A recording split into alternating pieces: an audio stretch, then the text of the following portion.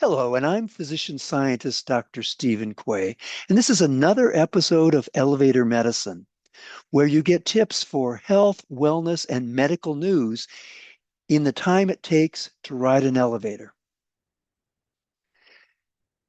Today's episode is about a critical public health announcement that was made Friday by the Surgeon General of the United States, Vice Admiral Vivek Murthy. He talked about the relationship between alcohol and cancer. Now, what he said was that alcohol consumption is the third leading preventable cause of cancer in the United States behind obesity and tobacco, and it increases the risk of seven different kinds of cancer. He also said that it's well established and a preventable cause of about 100,000 cancers a year and about 20,000 cancer deaths. Now, that's more than the 13,500 alcohol associated traffic accidents each year. And yet, most Americans don't know about this association between alcohol and cancer. In fact, in a survey where Americans were asked about various environmental things that can cause cancer, they knew pretty well that radiation, tobacco, and asbestos were cancer causing, with 80 to 90% of people recognizing that.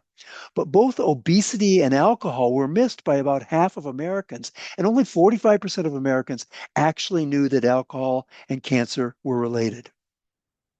Now, as I said, there are seven types of cancer that are caused by alcohol, and they fall into three categories.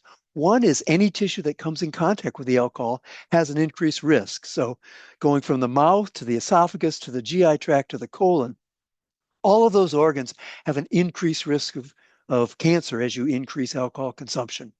The second is the liver, which is responsible for metabolizing the alcohol.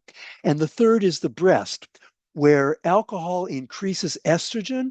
And we know that increased estrogen then in turn can increase breast cancer. So there are four ways in which alcohol can cause cancer. The first is pretty much chemical in the liver. So alcohol's first reaction is to make something called acetaldehyde, which is a cousin of the formaldehyde that's used in funeral halls for embalming. The second is the production of oxidative stress materials called free radicals, which again are highly reactive and damage DNA, protein, and cells, also causing inflammation, which we also know is associated with cancer. The third is what we spoke about in the breast cancer. So alcohol increases estrogen levels, and then those in turn will increase breast cancer, as well as inflammation, also contributing to breast cancer. And finally, alcohol is a pretty good solvent. So if you're smoking cigarettes and taking carcinogens in your diet, they will dissolve better in the alcohol, and you'll get more of them in your body. Now, it doesn't take very many drinks to end up with an increased risk. The Surgeon General determined that just 2 drinks a day increase all cancers in men and women and breast cancer in women.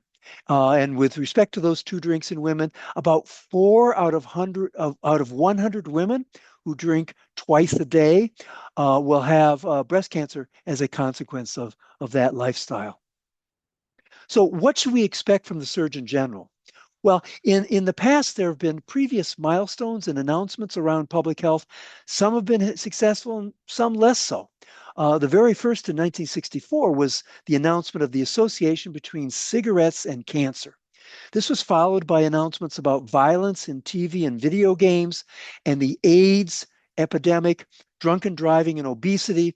There was one in 2010, interestingly, on exercise and a vision for a healthy and fit nation.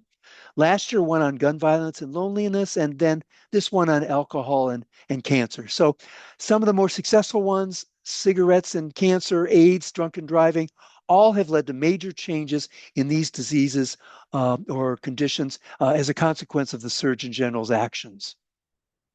One of the most successful one is the cigarette and smoking cancer association. And it's shown by this chart, and I like the science behind it because it tells me a lot.